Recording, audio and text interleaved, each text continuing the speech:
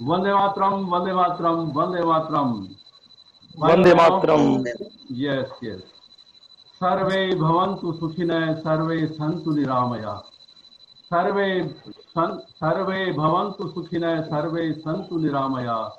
सर्वे भद्राणि पश्यन्तु मा कश्चित् दुःखमाप्नुयात्। सभी सुखी रहें, दुख व्याधि से मुक्त रहें, सबका कल्याण हो और किसी मानव को दुख न हो। इसी आशा और इसी विनती के साथ लेकर आए हैं आपके सामने एक हंसी और खुशी का प्रोग्राम, हास्य व्यंग विनोद मोरवाल जी के संग।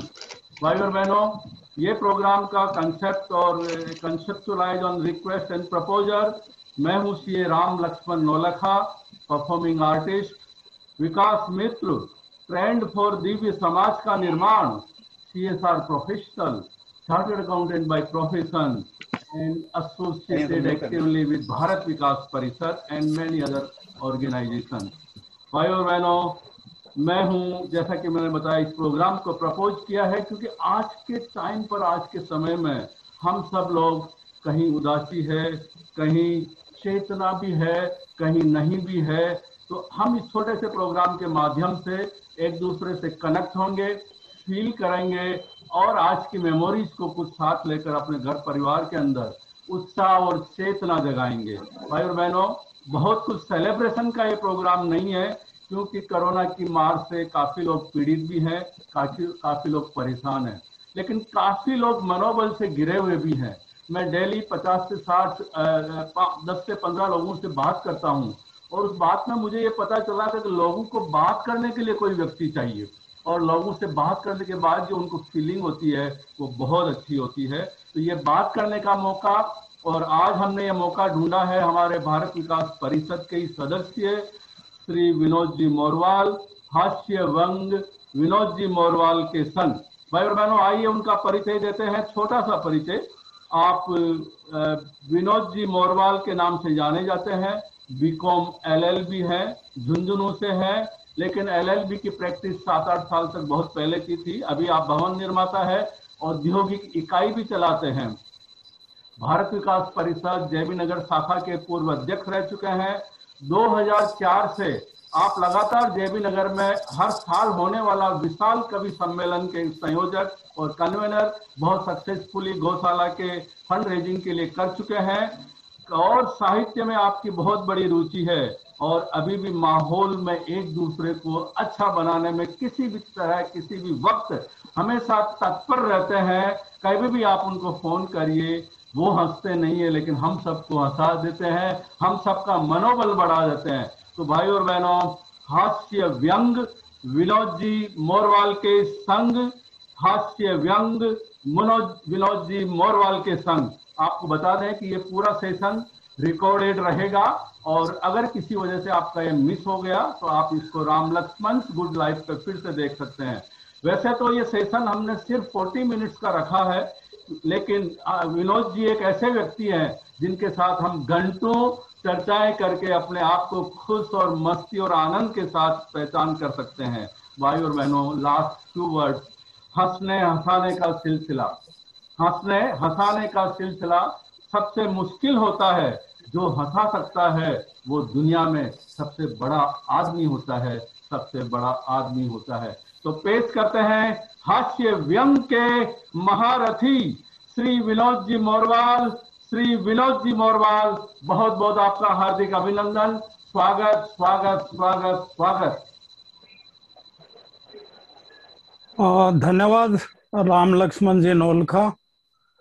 आपसे गपशप के दौरान ही इस बात का एहसास हुआ कि इस कोरोना काल में लोग अत्यंत तनावपूर्ण जीवन जी रहे हैं। कुछ मनोरंजन, हंसी ठाके, कुछ हास्य परिहास, कुछ व्यंग विनोद हो तो हम आपस में एक दूसरे की पीड़ा को थोड़ा सा इस माध्यम से कम कर सके, ऐसा अपना प्रयास रहेगा। जैसा कि आपने बताया, मैं कोई प्रोफेशनली कोई व्यंग्यकार नहीं हूँ। साहित्य में रुचि आप जैसे लोगों का स्नेह है जो आज इसके माध्यम से हम सब जुड़ रहे हैं। इसमें कार्यक्रम में जुड़ने वाले आप सभी श्रोताओं का, मित्रों का मैं हृदय से अभिनंदन करता हूं। कोरोना काल में जैसे देखा होगा, बहुत से परिवारों ने, बहुत से लोगों को कुछ खोया है, मित्रों को खोया है, और अभी भी बम्बई का जीवन विशेषकर बड़ा तनावपूर्ण चल रहा है। चलो इसको थोड़ा हल्का करते हैं, क्योंकि हर मर्ज का इलाज नहीं है दवाखाने में, हर मर्ज का इलाज नहीं है दवाखाने में, कुछ दर्द तो यूं ही ठीक हो जाते हैं केवल मुस्कुराने में। वाह, यदि मेरी आवाज कहीं कमजोर है तो आपसे निवेदन, आपने म्यूट रखिए, इसको आप बंद रखिए, बाकी के 3-4 जन के, और ये आवाज है वो आ रही है कुछ बैकग्राउंड से। जी, वो अनम्यूट कर लें अपने आप को। जी सर।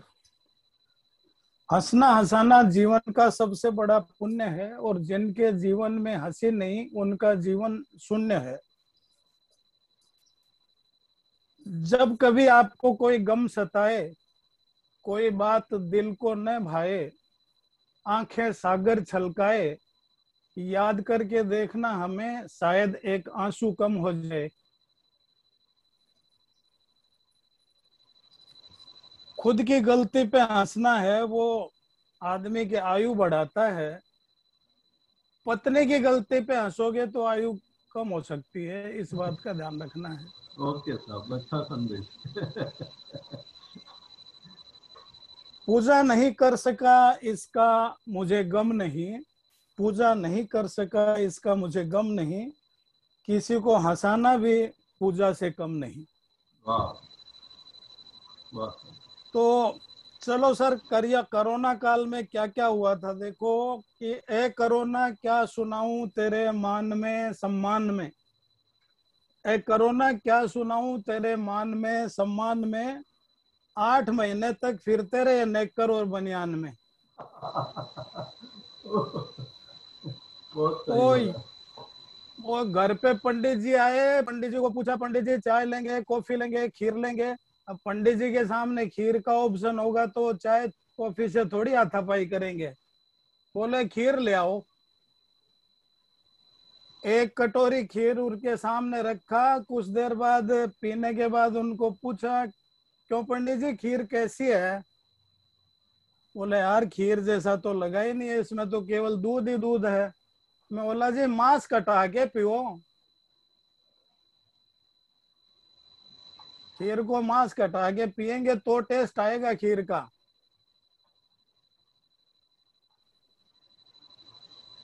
लॉकडाउन और लॉकअप में क्या फर्क है, किसी ने पूछा तो मैंने कहा भाई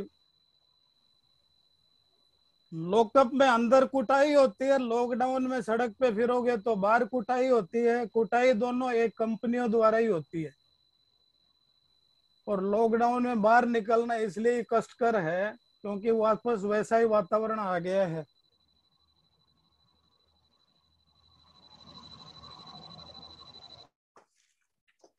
वो हमारे सिंघानिया जी शायद जुड़ गए हैं इस पे, वो हमारे वो प्रेरणा स्रोत है साहब, इसलिए उनका हमारी शाखा में हमारे ऊपर पूरा आशीर्वाद है, और वो कुछ ना कुछ फार्मूले हमें बताते रहते हैं, कभी स्वास्थ्य के बारे में, कभी गौशाला के बारे में, कभी किसी के। एक आदमी मुझे को कुछ दिन पहले रास्ते में मिला और सामने बरनोल लगाए हुए था। बोला रे छाती के बरनोल कैसे लगा रखी है, सिंघानिया जी से मिला है क्या? बोला हाँ साहब परसों ही मिला था। बोला क्या हुआ? बोला उन्होंने कहा घुटनों में यदि दर्द है तो दूध खड़े होके पियो, और घुटनों में यदि दर्द है तो पानी बैठ के पियो। तो मैं बोला यार ये बरनोल क्यों लगाई? बोला मैं देखा चाय लेट के पीनी है, तो इस चक्कर में चाय बरनोल के धक्के चढ़ गया।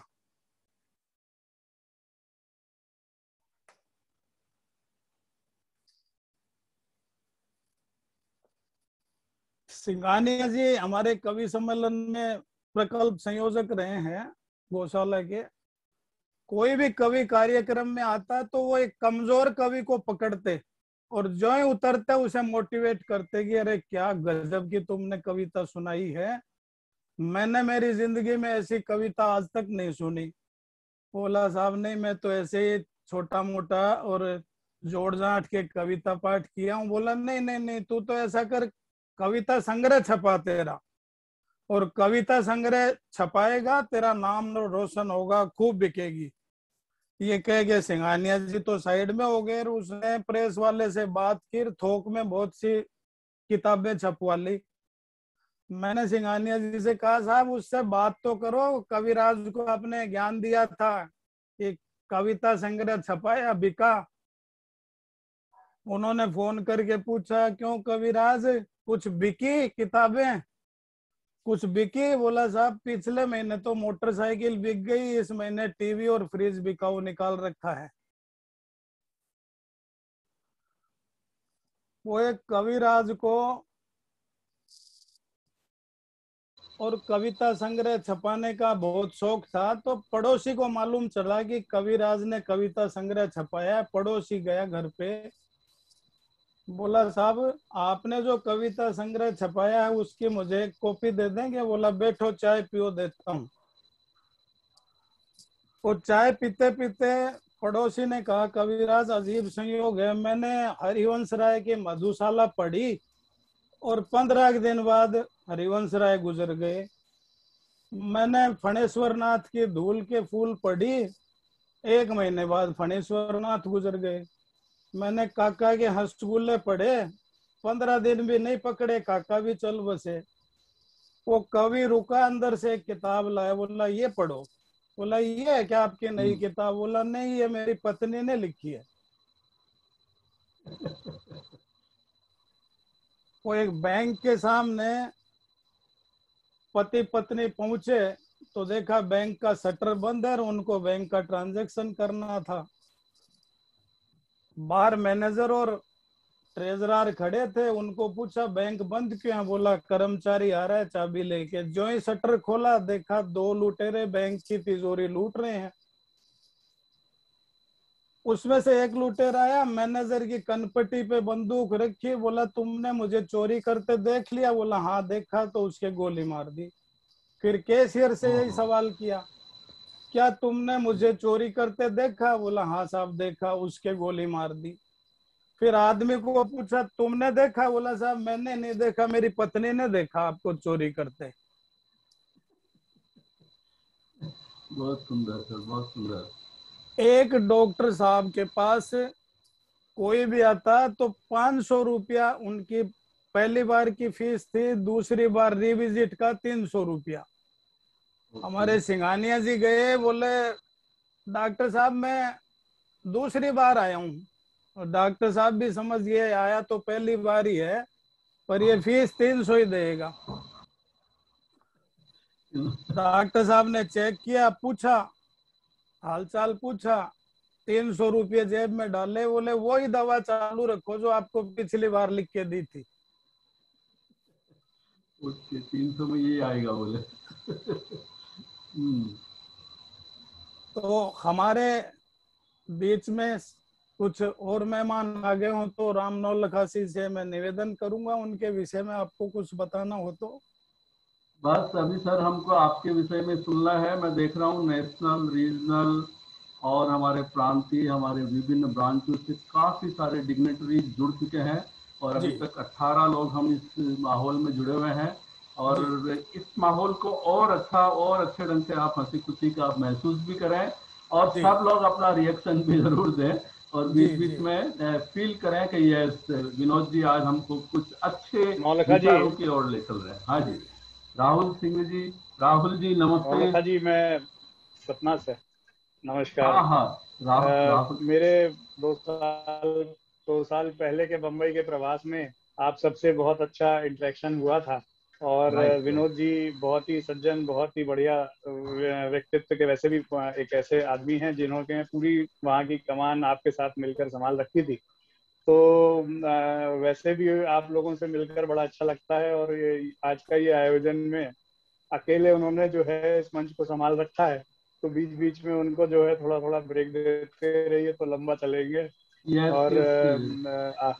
बीच बीच में जो लोग आ रहे हैं वो भी कुछ थोड़ा थोड़ा करते चले तो नहीं ऐसा है उनको भी सर जो है राहुल जी, आज का ये अच्छा प्रोग्राम लगेगा। हमारा 40 मिनट्स का सेशन है, क्योंकि हमें पता नहीं कि कैसे लोगों का कैसा टेस्ट है आज अच्छा, के लिए।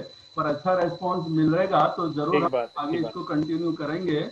और इसीलिए आज इनको विनोद जी को ही हमने हाँ, लगाया है कि आप ही हमको विनोद, यथा नाम तथा गुण वाले हैं ये विनोद, इनके शरीर में छाया रहता है, ब्लड में हर टाइम हर वक्त। इसीलिए ये विनोद प्रिय है, और विनोद से ही हमको विनोद की ओर लेके जाएंगे।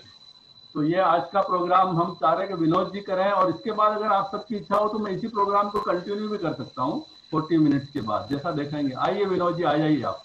Yes sir, yes sir. वो तो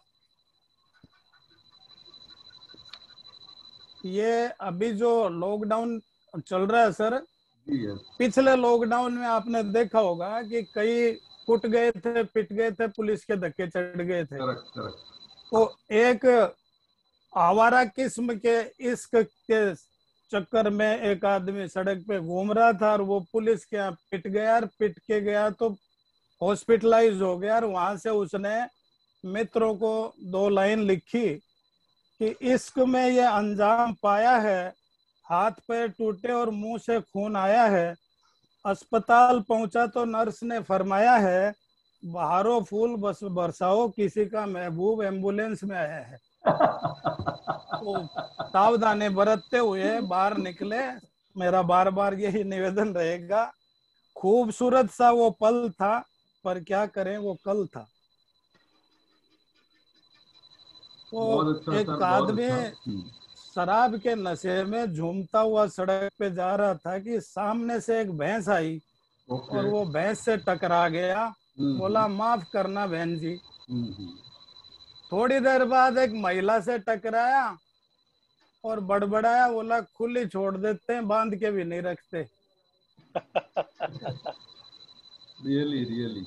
एक बेहद एक बेहद ही काला, हद से ज्यादा काला आदमी, सफेद कुर्ता, सफेद पजामा, सफेद जूता, सफेद चश्मा, सारे सफेद जुराब पहन के पत्नी से बोला, मैं कैसा लग रहा हूँ? बोले आप ऐसे लग रहे हो जैसे बतासे में से एक मकोड़ा निकल रहा है। नहीं समझ में आया सर, वापस से एक बार, वापस से। एक बेहद काला, एक बेहद काला आदमी जिसने शरीर पे सब तरह के सफेद वस्त्र धारण कर रखे थे, ओके। और पत्नी से बोला कैसा लग रहा हूँ? ये वस्त्र के बाद बोला ऐसे लग रहा है जैसे बतासे में मकोड़ा निकल रहा है। मकोड़ा मारवाड़ी शब्द है। बतासे में मकोड़ा निकल रहा है, ओह। आ, सफल आदमी के पीछे एक औरत का हाथ होता है, ये तो सबको मालूम है। तो किसी शिष्य ने पूछा, साहब और सफलता पाने के लिए औरतों की संख्या बढ़ा सकते हैं क्या? एक साहब बता रहे थे कि मैं पिछले 35 साल से गीता के उपदेश नियमित रूप से सुनते आ रहा हूँ। लोगों ने बहुत समर्पण भाव से सुना। उसने वापस बोला कि मैं पिछले 35 साल से गीता के उपदेश समर्पण भाव से सुनते हुए आ रहा हूँ, और मेरा मन उस गीता के उपदेश के माफी की जीवन जीता है।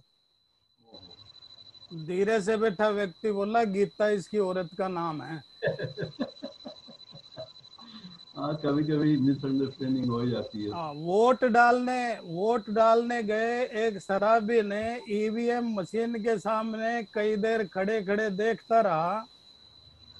तो चुनाव अधिकारी ने पूछा, क्यों, मशीन खराब है क्या? मशीन में गड़बड़ है क्या? मशीन में समस्या है क्या? बोला, साहब मशीन में समस्या नहीं है, समस्या ये है कि रात को मेरे को कौन सा 2 बोतल दे के गया था, उसका चुनाव चिन्ह कौन सा है जो मुझे 2 बोतल दे के गया है? मैं चुनाव चिन्ह ढूंढ रहा हूँ उसका। अच्छा, सही बात है। एक एक जज साहब ने 80 साल के आदमी को बोला कि आप इस उम्र में महिलाओं से छेड़छाड़ करते हो, ये आपका आरोप माफी लायक नहीं है। आप 20-25 साल के होते तो शायद मैं आपको माफ भी कर देता। बोला साहब मैं जब छेड़ा हूँ महिला को तो मेरी उम्र 20-25 साल ही थी, 60 साल से मुकदमा चल रहा है, इसलिए 82 का हो गया। और जिसको छेड़ा हूँ वो पोते के साथ आई है यहाँ पे। बहुत सही सर। तो पति ने पत्नी से कहा कि मेरे लिए तो दूर दूर से रिश्ते आए थे। तो पत्नी ने कहा हाँ दूर से आए होंगे, नजदीक वाले तो आपके लक्षण जानते थे।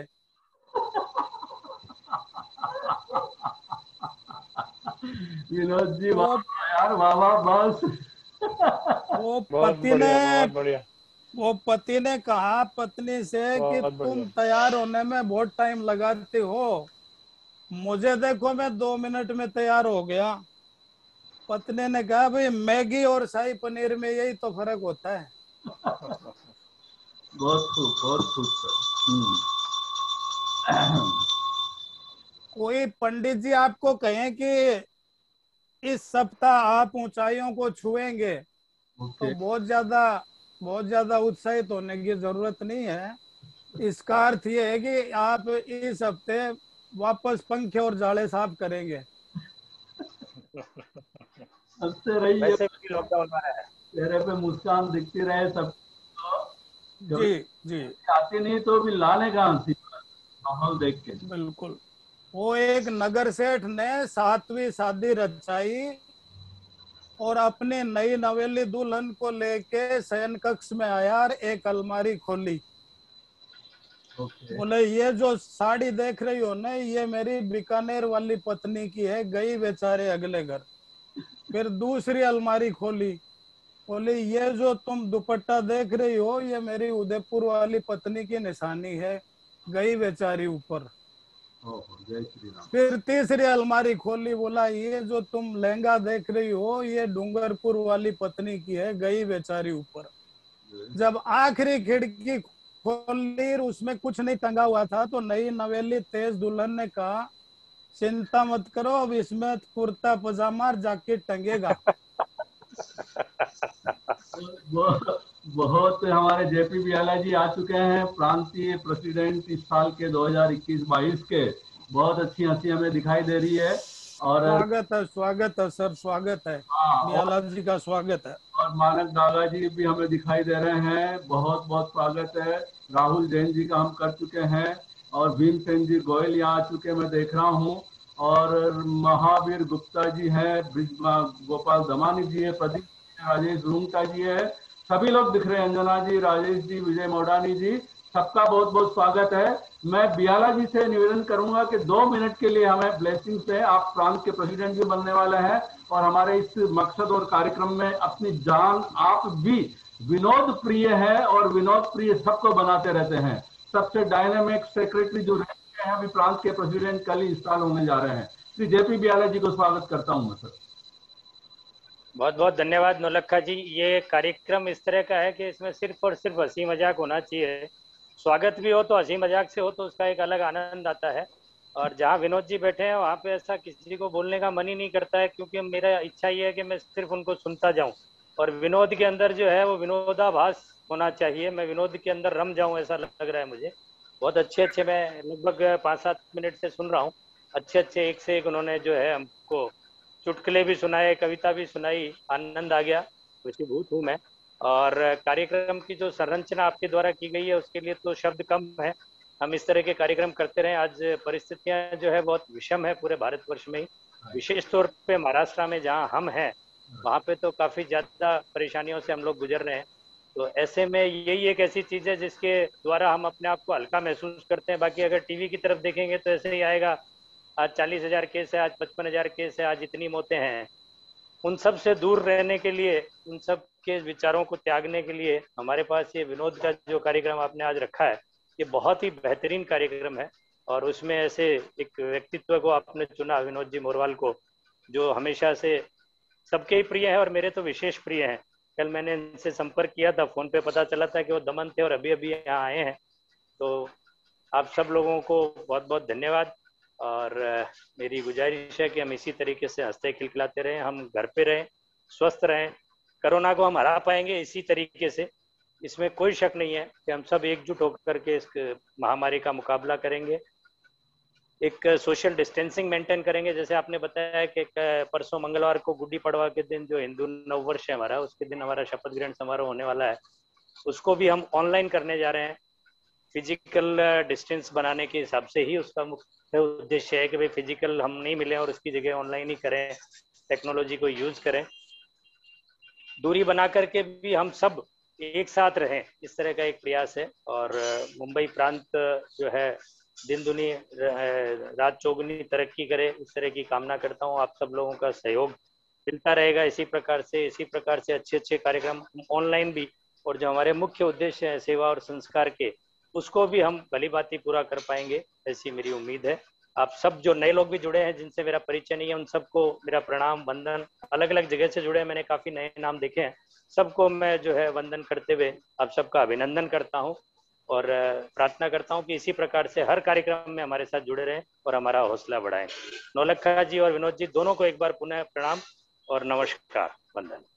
धन्यवाद नौलखा जी। इस कार्यक्रम में जो पार्टिसिपेशन मैं देख रहा हूँ बहुत अच्छा है, बहुत एमिनेंट सारे पर्सनालिटी अपना समय निकाल के जुड़े हैं, इसलिए इस कार्यक्रम को आप सबकी परमिशन से 10 मिनट हमारे और होने के बाद वापस आप रीडायल करके इसी प्रोग्राम में आएंगे, इसी लिंक के ऊपर।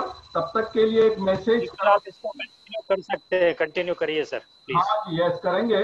अपने इरादे से रोकेंगे, अपने इरादे से रोकेंगे कोरोना का सर्कुलेशन, देश हमारा स्वर्ग से सुंदर दे रहा है मोटिवेशन, करें सुरक्षित अपना नेशन, आओ करें सैनिटाइजेशन, वंदे मातरम वंदे मातरम वंदे मातरम। भाई और बहनों, ये मैसेज मैंने एक अपना नेशन वीडियो फिल्म है उसमें मुझे कार्य करने का मौका मिला है, उस मैसेज के मैंने आपके सामने पेश किया।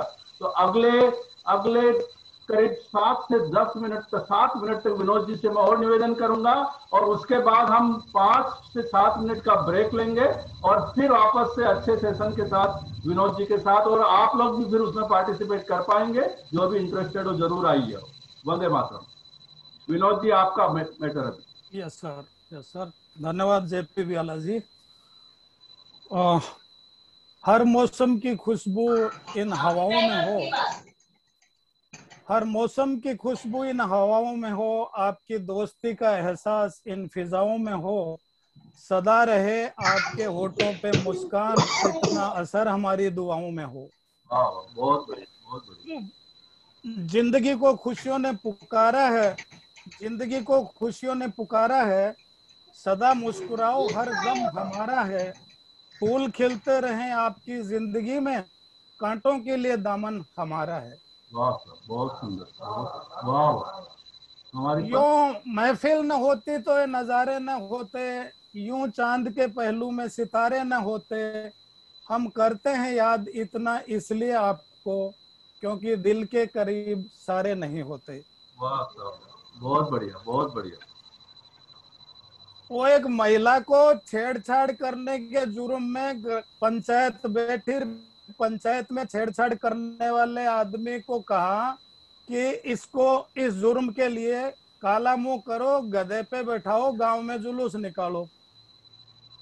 जब पूरे गांव में से उसका जुलूस निकाला जा रहा था तो एक घर के आगे से, जब उसके घर के आगे से निकला तो देखा छत पे उसकी पत्नी उसको देख रही है।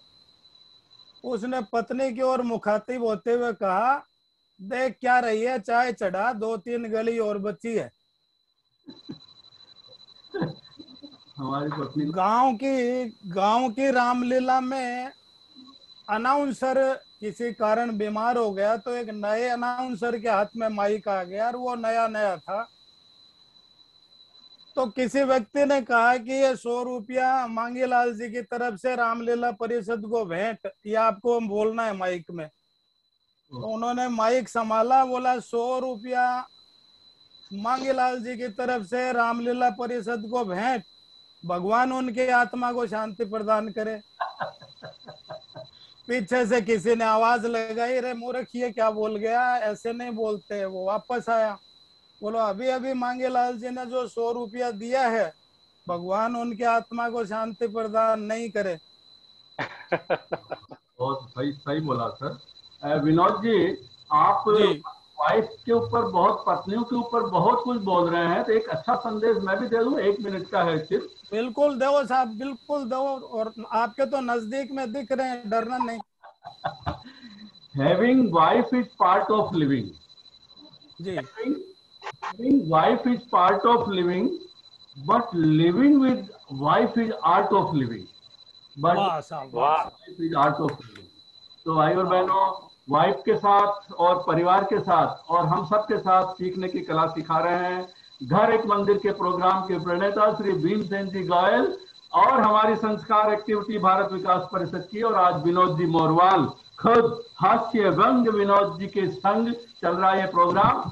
अगले 4 मिनट हमारा ये प्रोग्राम इस सेशन में चलेगा और उसके बाद रिपीट वापस ये सेशन आप रीलिंग इसी के ऊपर डायल करेंगे 5 से 6 मिनट बाद, और फिर से इस प्रोग्राम को बहुत मस्ती के साथ देख पाएंगे। यस, बियाला जी कुछ कहना चाहते हैं? बियाला जी। जी मैं सिर्फ इतना कहना चाह रहा था कि विनोद जी जो इतनी अच्छी अच्छी हास्य कविताएं सुना रहे हैं, इनके ऊपर एक मुझे छोटी सी चीज याद आई, हास्य से जुड़ी हुई है। कि एक बार विनोद जी का एक कार्यक्रम संचालन करने का मौका मुझे भी मिला, तो मैंने कहा विनोद जी आइए आइए, आप भाभी जी को नहीं लाए? बोले भाभी जी तो गांव की है। मैंने कहा हम तो समझते थे कि आपकी है। बहुत खूब, बहुत खूब। डॉक्टर अनिल शुक्ला जी भी ज्वाइन हुए हैं हमारे लिए, हमारे देश के लिए। डॉक्टर साहब बस सबके चेहरे पे खुशियां दौड़ाते रहिए और कोरोना को बिल्कुल भगाते जाइए इसी जोश और इसी होश के साथ। ऐसा है नवलखा जी, नवलखा जी, सिगरेट, पत्नी और भारतीय जनता पार्टी तीनों ही नुकसानदेह नहीं है। सिगरेट, पत्नी और भारतीय जनता पार्टी तीनों ही नुकसानदेह नहीं है, बस इनको सुलगाना नहीं चाहिए।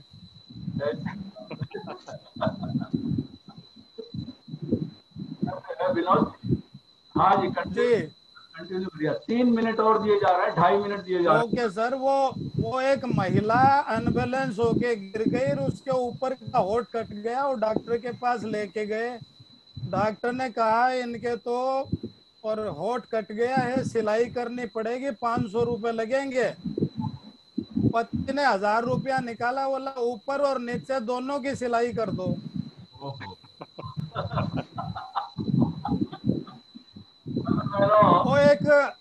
वो एक आदमी है, उसकी पत्नी खो गई तो पड़ोसी ने कहा यार पत्नी खो गई, पुलिस में रिपोर्ट कराओ। बोला बिल्कुल नहीं जाऊंगा। 2 महीने पहले मोटरसाइकिल खो गई थी मेरी, पुलिस वालों को अगले दिन ही मिल गई, मुझे 2 महीने बाद लौटाई।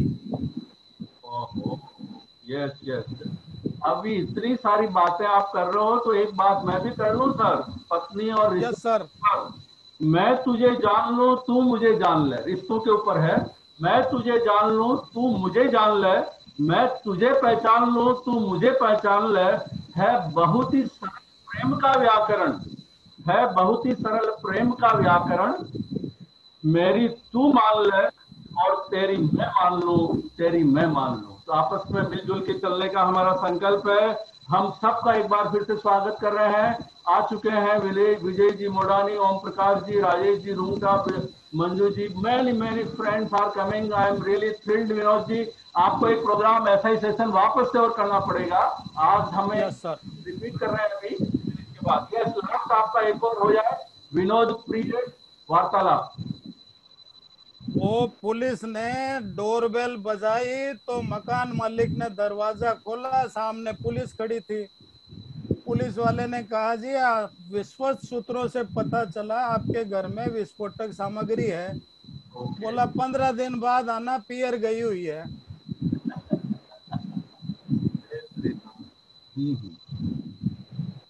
आपका समय सर अभी 1 मिनट और बोल रहा है। 1 मिनट सर। अभी से निवेदन है कि वापस आना है। अभी इसके पास खास जोक्स तो इन्होंने अभी रखे हैं बाद के लिए, तो वो तो आना बाकी है अभी। यस जी, तो ये 1 मिनट के बाद ये अपने आप ही शायद बंद हो जाएगा, मैं जहाँ तक सोचता हूँ। सर आपके विनोद के ऊपर डिपेंड करेगा कि आप कैसा बोलते हो। नहीं, अभी ये सुन रहे होंगे तो शायद कंटिन्यू भी कर दें अपने प्रोग्राम को, जूम वाले। नहीं हो जाता है, कई बार कंटिन्यू होता है ना। देखते हैं सर, वो एक पत्नी मच्छर वाले बल्ले से मक्खियां मार रहे थे, तो पत्नी ने पूछा क्या कर रहे हो? बोला मक्खी मार रहा हूँ। बोले कोई मरी भी? बोले हाँ 6 मरी, उसमें 4 नर और 2 मादा थी।